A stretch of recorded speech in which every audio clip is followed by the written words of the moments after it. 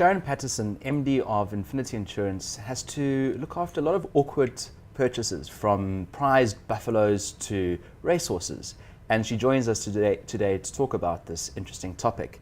Welcome. And Sharon, what challenges and experiences have you had as a woman leader in quite a male-dominated world of insurance? Well, I think that's an interesting question that I'm asked quite often. If I could start by saying that I think the major challenges I've had are the same challenges that any man out there would have.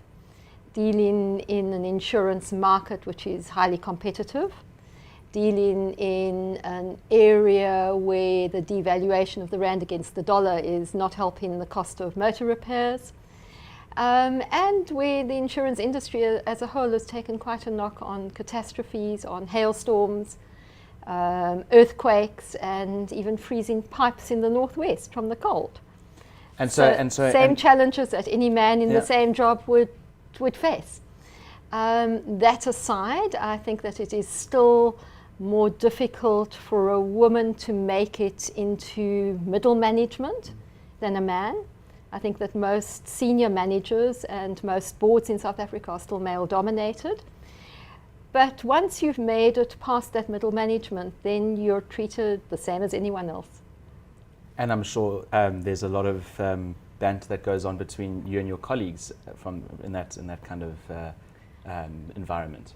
We're a well-balanced executive. There are 3 guys and 2 girls. Oh, that is pretty balanced. Yeah. And your world of insurance is quite different, though. What makes it so unique, and how does your business model work to achieve that? I think you should look at us as being the total opposite of a direct player. Our business is built on relationships. We choose brokers and specialist underwriters that we can work with. They in turn choose their clients. And so we don't sit in a situation where we will rate a client according to his age, his car, his profile. We will rate more according to our broker's knowledge of that person. Okay.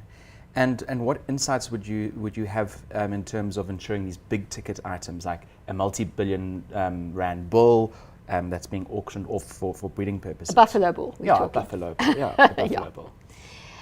Again, it goes down to the people. Our game area is run through a specialist underwriter, Kuda Insurance here, in fact, here out of Cape Town.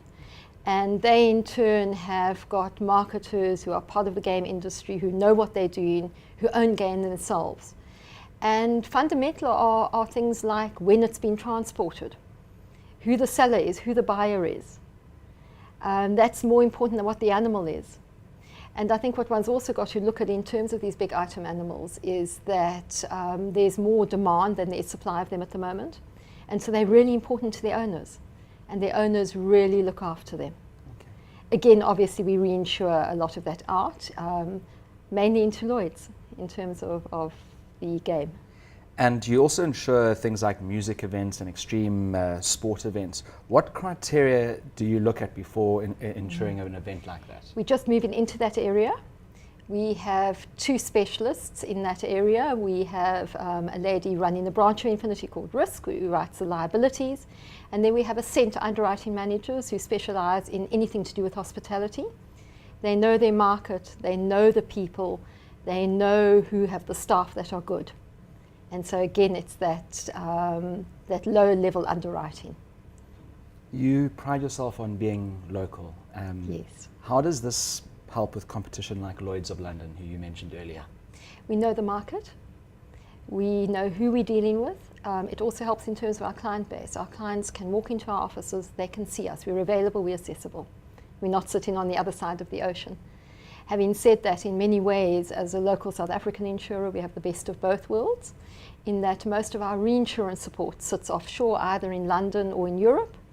And so we do hear what's happening on the markets there. We are told of developments which could impact on us. We're also told of ways of doing business that we could follow. But we're here in South Africa and we're available. Planes and boats have a lot of potential for going wrong. What do you look at when you look at someone who wants to insure with you, who's into boating and flying planes? And flying planes, Yeah. let's deal with them separately. We don't insure big boats. We insure smaller boats, very much the same dynamic as any other business.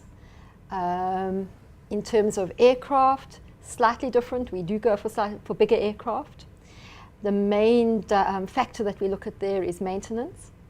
Very important that planes are correctly maintained, and it goes again to underwriting the individual client.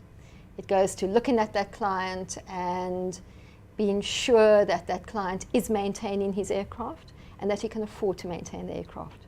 If you take an example, we recently have increased the liability that we can offer significantly because one of the manufacturers has come out with saying they want a certain level of liability.